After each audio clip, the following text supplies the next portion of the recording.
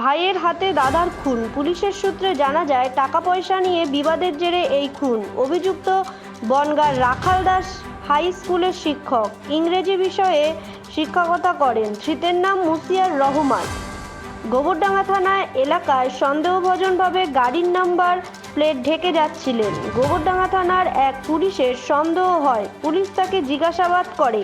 তার কথায় অসঙ্গতি হলে থানায় নিয়ে এলে তার শরীরে রক্তের দাগ দেখা যায়। তার কাছে একটি ব্যাগও ছিল।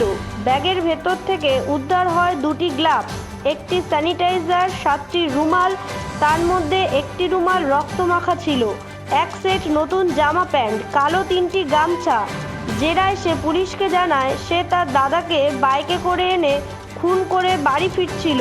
তার কাছ থেকে রক্তমাখা ফোন উদ্ধার হয় দাদার। 24 তারিখ সন্ধ্যায় যে অজ্ঞাত পরিচয় ব্যক্তির মৃতদেহ উদ্ধার হয় ঠাকুরনগর ফাঁকা মাঠের রাস্তার পাশ থেকে, সেই ব্যক্তিকে খুন করে ফিরছিল। ফেরার পথে গোবরডাঙ্গা থানার পুলিশ তাকে আটক করে। অভিযুক্ত সংবাদ মাধ্যমের প্রশ্নে বারবার বলে সে এই ঘটনার সঙ্গে যুক্ত নয়। তিনামতলার এক ব্যক্তি দাদাকে খুন করেছে বলে জানিয়েছে সে আরও জানায়, দাদাকে আমি বাঁচাতে গিয়েছিলাম। গোবরডাঙ্গার থানার পুলিশ তাকে গ্রেপ্তার করে এদিন রাতে গাইঘাটা থানার পুলিশের হাতে তুলে দেয়। আমাকে ডেকেছিল। হ্যাঁ, গেটটা খোলো ভাই, একজন গেটটা কে মেরেছে? কে মেরেছে? নামতলা সত্যজিৎ বিশ্বাস। কেন মারলো কেন? দাদা আপনার গায়ে রক্ত কি করে আসলো?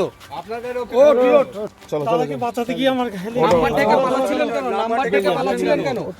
পুরাই ঢেকে দিয়েছে, আমি ঢাকিনি তো। আপনাকে ঢেকে দিল আর আপনি চলে আসলেন এইভাবে? না আমি তো, আপনার গায়ে তো রক্ত রয়েছে। আমারও মারতে গিয়েছিল। কি কারণে মারলো? আর দাদা টাকা পেতো, সেই টাকা দিল বলে ডেকেছিল ওরা। কোথায় খুন করা হয়েছে?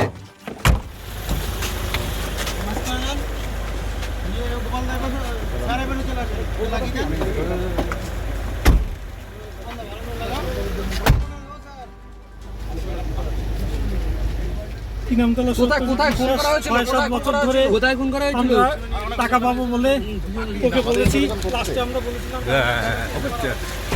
কোথায় বসে মারা হয়েছিল? কোথায় বসে খুন করা হয়েছে? ওই মধুসূদন কাটি আছে, ওখানে ওই কি আছে একটা রেস্টুরেন্টের পিছনে আমাদের ডেকেছিল।